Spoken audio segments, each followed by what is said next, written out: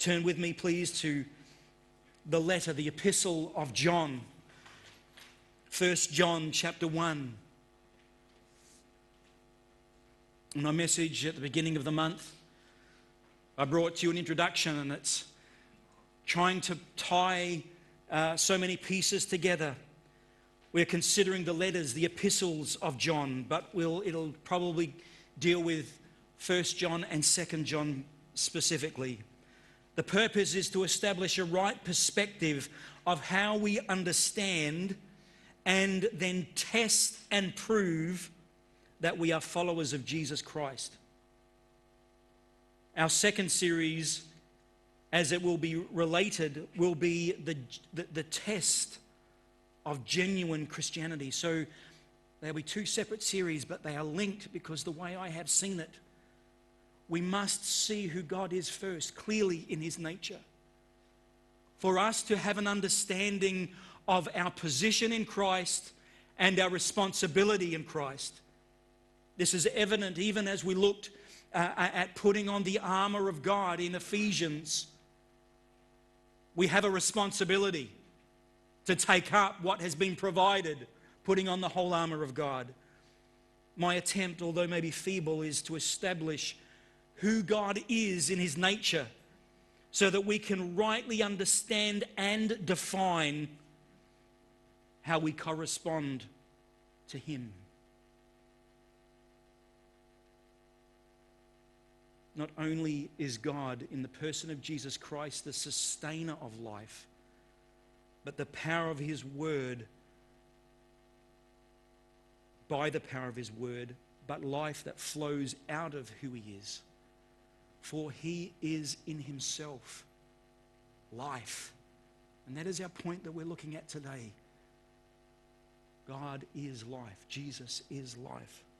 Life, as opposed to death, is in him to grant abundance to all who are rightly connected to the eternal Godhead through the Lord Jesus Christ. But this is who he is in his eternal nature. The nature of God is who he is in himself, by which God is moved, consistent with his character, to act.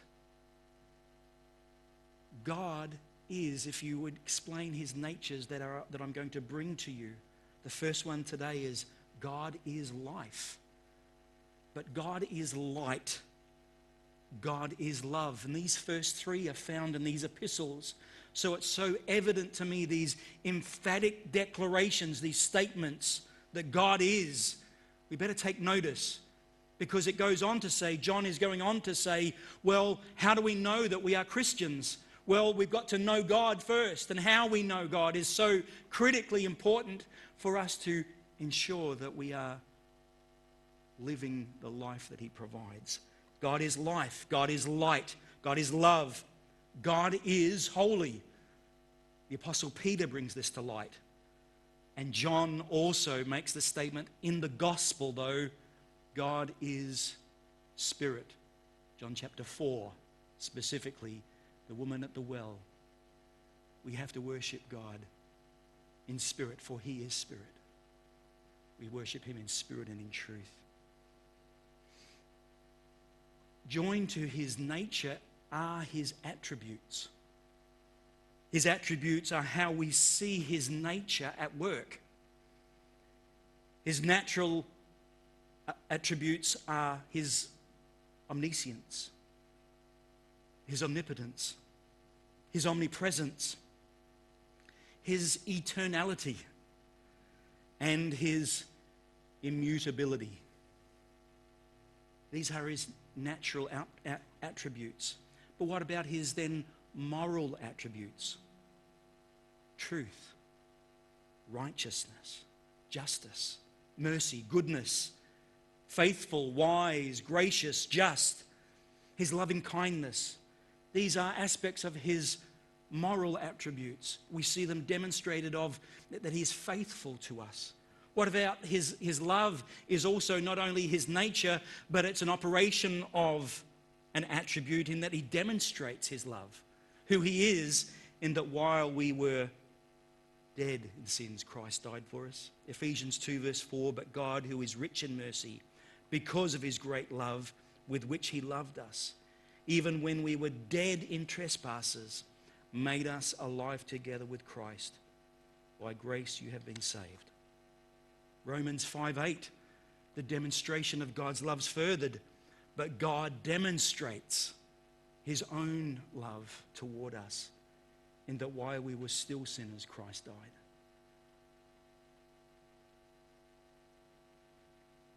So we can be assured of God's divine attributes when we see God at work. Paul states this clearly in Romans. Turn with me, please. Put your finger in 1 John, but flip over to Romans chapter 1, verse 19. This passage has been brought many times before. It's not new to us.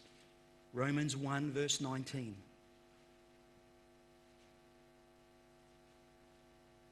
Because what may be known of God is manifest in them. This is talking of the world, those who are in the world. God has made his, let me read it word for word. Because what we may know of God is manifest in them, for God has shown it to them.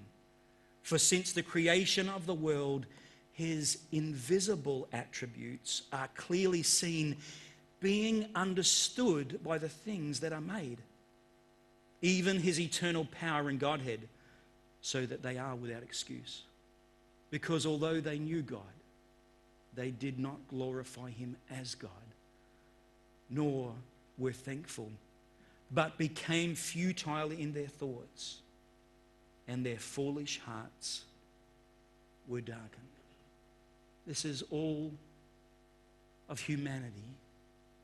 They are without excuse, because the Lord has decreed his invisible attributes are clearly seen in what he has provided already, the witness of creation. But what does man do? The truth of this, Romans goes on to say, what do? They suppress the truth. In what? Unrighteousness. In their darkness of heart, in their attitude, in their disposition, they ignore the visible truth that is before them. Thanks be to God, that's not so for us who are born again. We have seen him.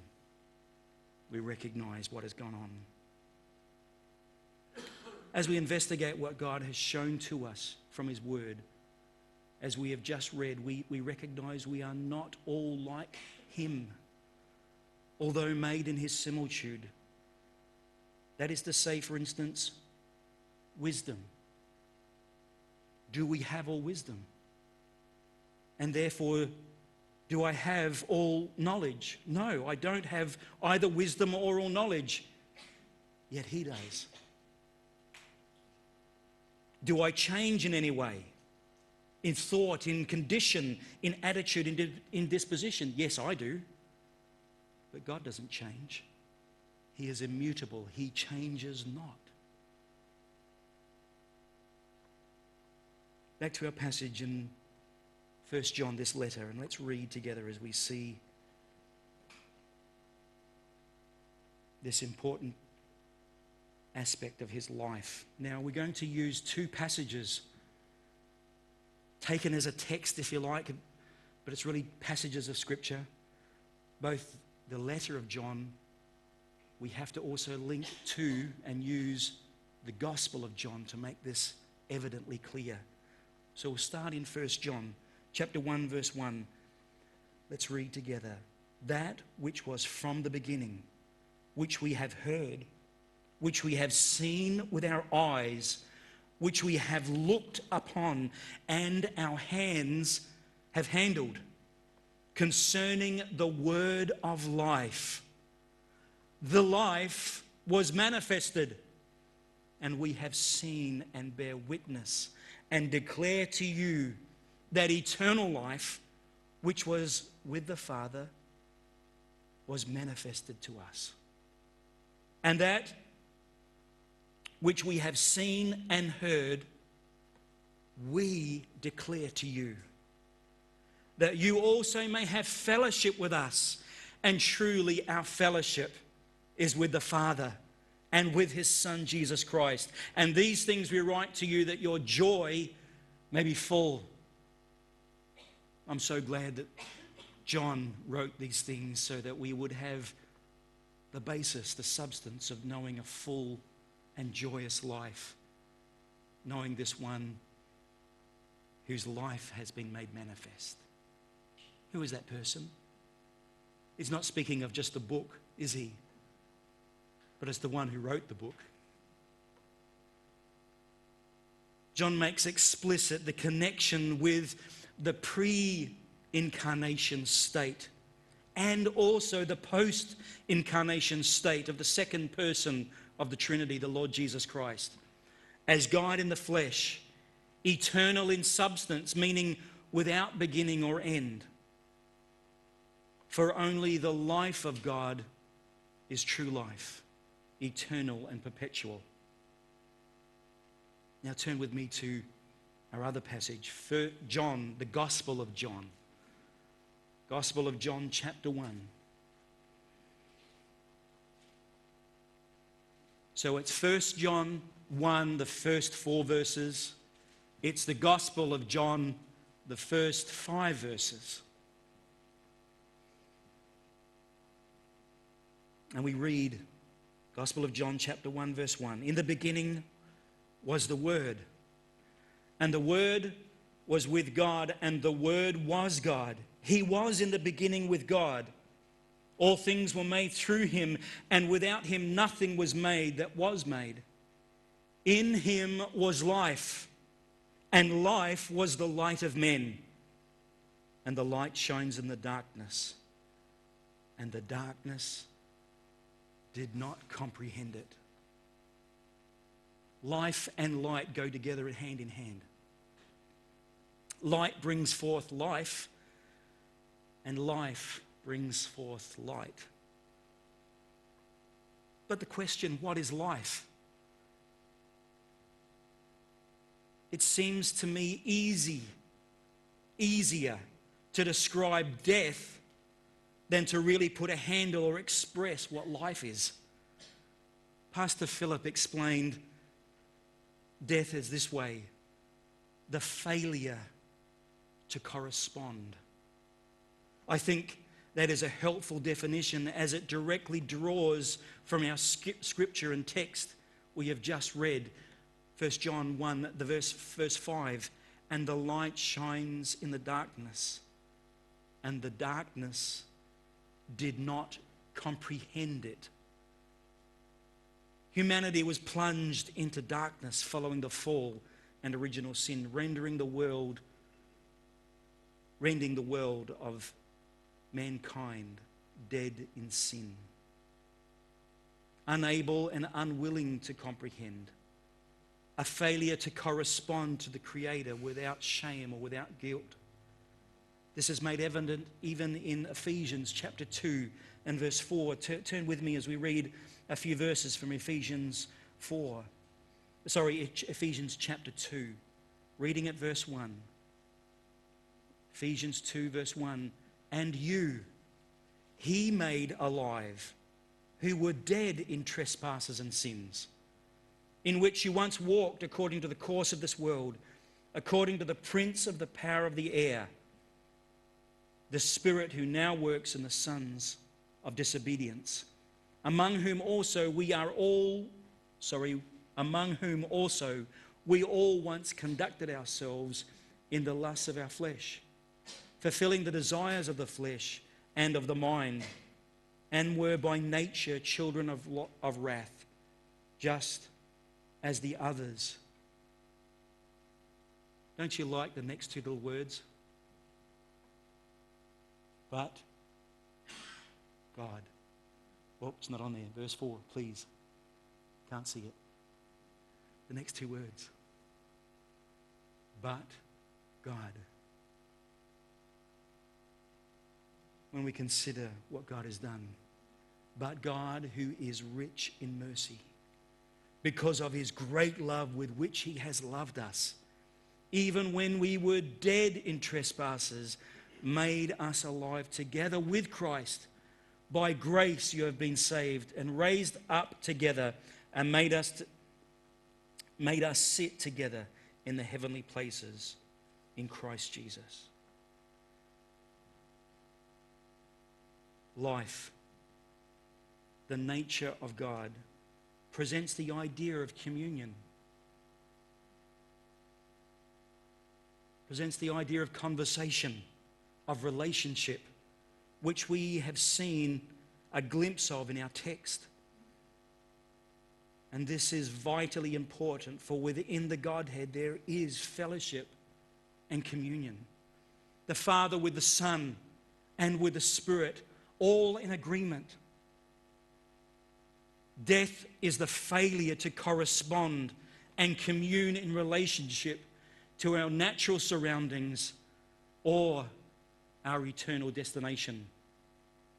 But inversely, life is the triumph of the relationship. A doctor looks to find a heartbeat to ascertain whether or not there is life. The philosopher, by reason or thought, concludes that he is alive because his mind is at work. But God draws from his own nature to define what life is, for he is life. Already we are establishing what God has done and does for everything. Already we are establishing what God has done and does, for everything originates from him. As we mentioned last time, we must start with God and we end with God too. We don't start with our own knowledge of him. We start with what he has revealed to us concerning himself through the revelation of his word.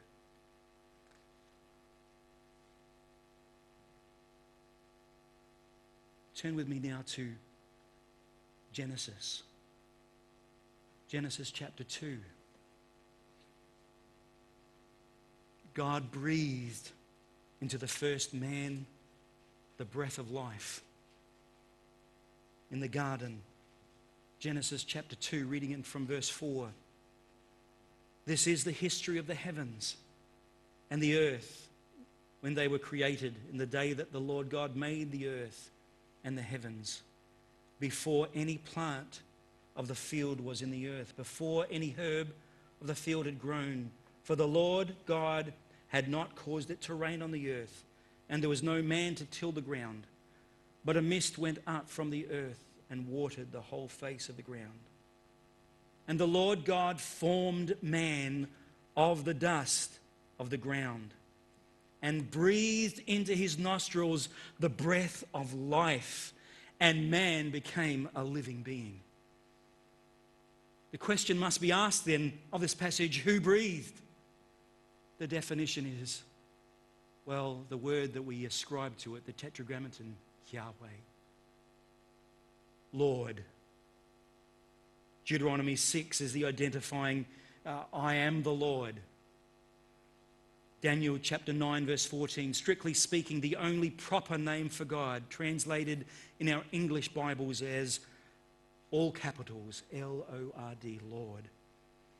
To distinguish this specific title, name, from Adonai.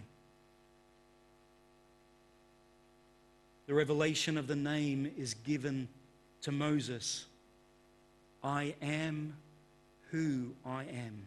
Exodus 34 verse 14. Exodus 3 verse 14. This name specifies an immediacy, a presence. Yahweh is present, accessible, near to those who call on him for deliverance. Psalm 107 verse 13. Near to those who would seek forgiveness. Psalm 25 verse 11. He is the one who guides. Psalm 31 verse 3. Yahweh Nishor, breathed. The vital breath, divine inspiration and intellect. He breathed.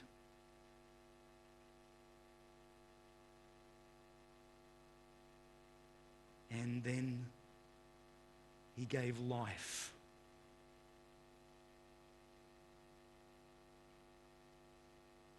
And the man became a living being, a soul, able to respond to God, capable of responding. The self-existent one, Lord, Jehovah, Yahweh, I am that I am, the Creator. He formed, he Yatsa. I can't pronounce it correctly, but he formed, he molded, he shaped, squeezed into form man, and breathed into him that which separated him from the animal kingdom, unique and distinctive from all his other creation. It's clear from Scripture that there are two distinct workings of the Creator. First, to form from the dust, like unto a potter, to mold, form, pressure, mold, shape, squeeze. Under the microscope, science has concurred that the chemistry explains clearly only to bear witness to the Scriptures that we are dust. Minerals and chemistry that by design are fashioned to work together in harmony, yet without immortality. The second work of the Lord, Yahweh, being the Tetragrammaton, as we've ascribed to explain this revelation of God to us, I am that I am, or who I am, is to breathe the breath of life into man.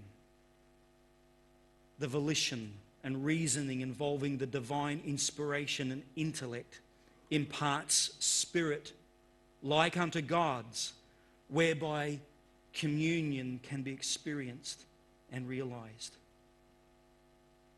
In Job chapter 33 verse 4, Elihu utters his discourse to Job and makes this incredible statement: the Spirit of God has made me, and the breath of the Almighty gives me life. Man, distinct from his creation, is altogether different from all else God has Yatsar formed. For there is no chemical construct that accounts for reason and moral laws, the ability to distinguish between moral conduct, righteousness, truth, honor, justice, all of which are shadows of the eternal God's glory displayed in his goodness. Feelings, emotions, love, compassion, mercy. We are not the sum of evolved chemical formulae, reactions or chain reactions to produce an approximation of life.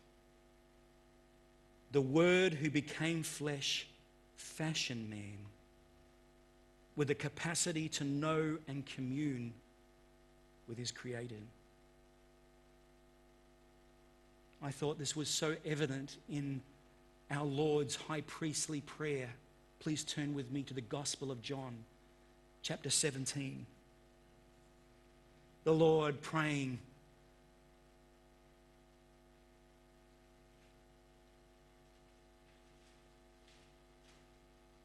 John chapter 17 and verse 3.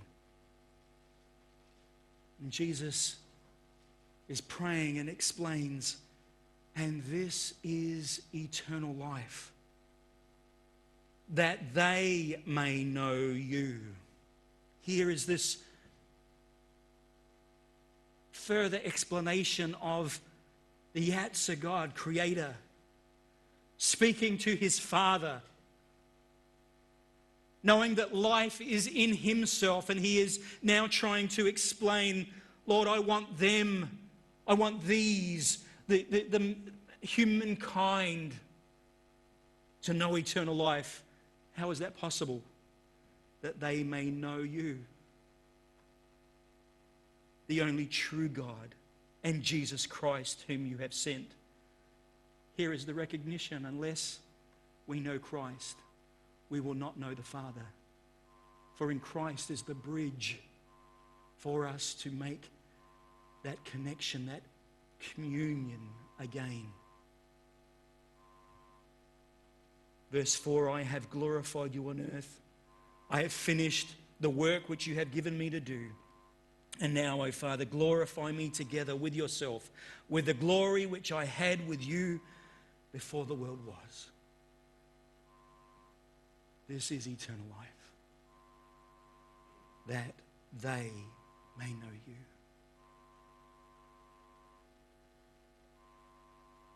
The natural man is enmity. He is dead and unable to commune with God. 1 Corinthians 2:14, but the natural man does not receive the things of the Spirit of God, for they are foolishness to him, nor can he know them because they are spiritually discerned. But he who is spiritual judges all things, yet he himself is rightly judged by no one. For who has known the mind of the Lord, that he may instruct him? But we have the mind of Christ.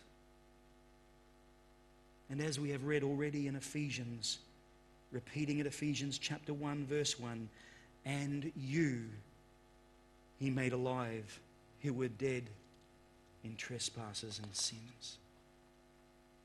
Friends, the Lord desires that we would know eternal life. We would have eternal life, but for us to have eternal life, we must be rightly connected to the Father, that we may know him. And it is only through the death, burial, and resurrection of Christ applied to our life where we will know what it is to have that eternal relationship. Because being born again doesn't then say, well, we've arrived. The whole purpose of being changed and transformed, renewed, regenerated, is so that from that point onwards, that communication, that family communion can be entered into, not for the cause of time and the passage of time, but for all of eternity.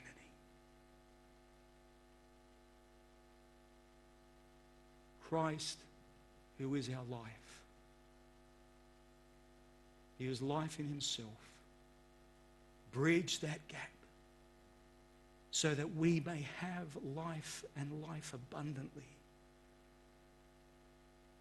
But what of the Holy Spirit, now the third person of the Trinity of God?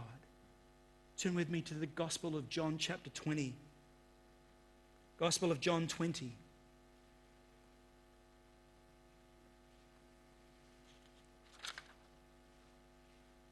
Reading just a few verses from verse 19, John 20, verse 19. Then the same day at evening, being the first day of the week, when the doors were shut, where the disciples were assembled for fear of the Jews, Jesus came and stood in their midst and said to them, peace be with you.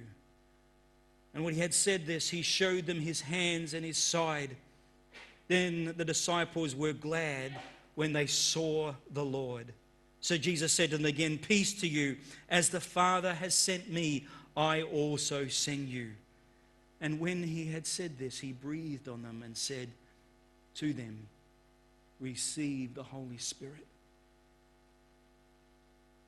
Just imagine the setting. Radiant in life, the Lord Jesus Christ shows himself alive to all but Thomas. Thomas is not there with them at this time. The resurrection life is accomplished, and the glory he had with the Father is now being entered into Christ in his fullness. he comes in and he's there with them. Peace to you. Jesus alludes in this demonstration, this act of breathing upon them, receive the Holy Spirit, to this commensurate and initial work, this Genesis work, this Yatsa work.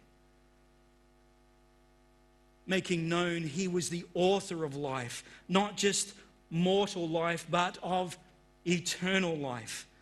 He breathes on them and proves an earnest, or provides a down payment, pointing them to the 50th day following the resurrection, the day of Pentecost, the day when the Holy Spirit would be outpoured and they would receive the infilling, the indwelling of the Spirit of Christ,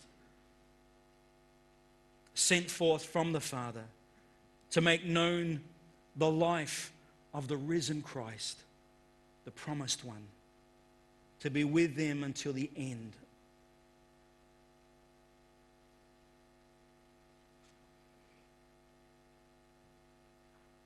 But in the same passage, just a little bit further down, the Lord saw fit to reveal himself to Thomas. And Thomas said, then he said to Thomas in verse 27, reach your finger here and look at my hands, and reach your hand here and put it into my side. Do not be unbelieving, but believing. So both eternal life is provided, confirmed because Jesus Christ rose from the dead, and secondly, displayed himself, his resurrected physical body, to those who doubted. Thomas, a recipient of quickened faith, when he handled the word of life, which John the Revelator bore witness of in 1 John verse 1. Let's remind ourselves, 1 John 1 verse 1, that which was from the beginning, which we have heard, which we have seen with our eyes, which we have looked upon and our hands have handled, concerning the word of life. Jesus meets all those in every situation. The passage goes on to say that Jesus remembers those who are going to be afar off, you and me. Blessed are those who have not seen, yet have believed. All for the sake of relationship, all the sake of corresponding to the eternal God. Don't be dead in your sins, but come alive in Christ. While we are dead, we have a failure to correspond to the eternal God who desires that we have eternal life. And what is it to have eternal life? To know him, to know the Father.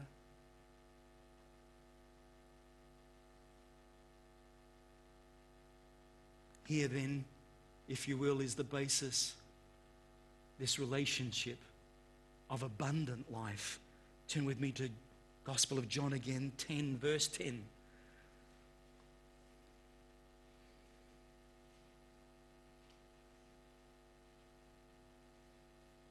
John 10, verse 10, the thief does not come except to steal and to kill and to destroy.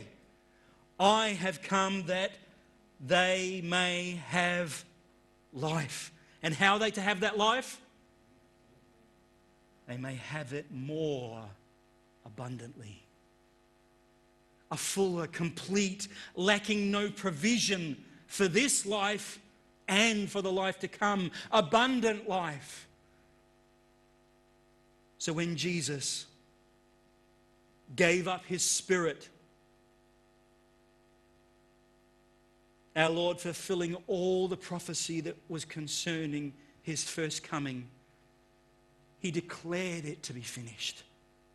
And in Luke chapter 23 verse 46, and I read, And when Jesus had cried out with a loud voice, he said, Father, into your hands I commit my spirit.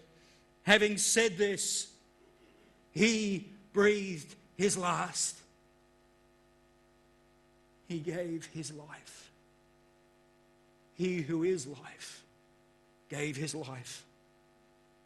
Friends, this morning, it is because Jesus Christ breathed his last and surrendered his spirit in death for us that we can now be made partakers of his eternal life, of the substance he had before in glory with the Father, to the extent he preserves and fortifies all in the eternity, God, where God himself dwells, never to wear down, slow down, or otherwise stop, but he sustains all things.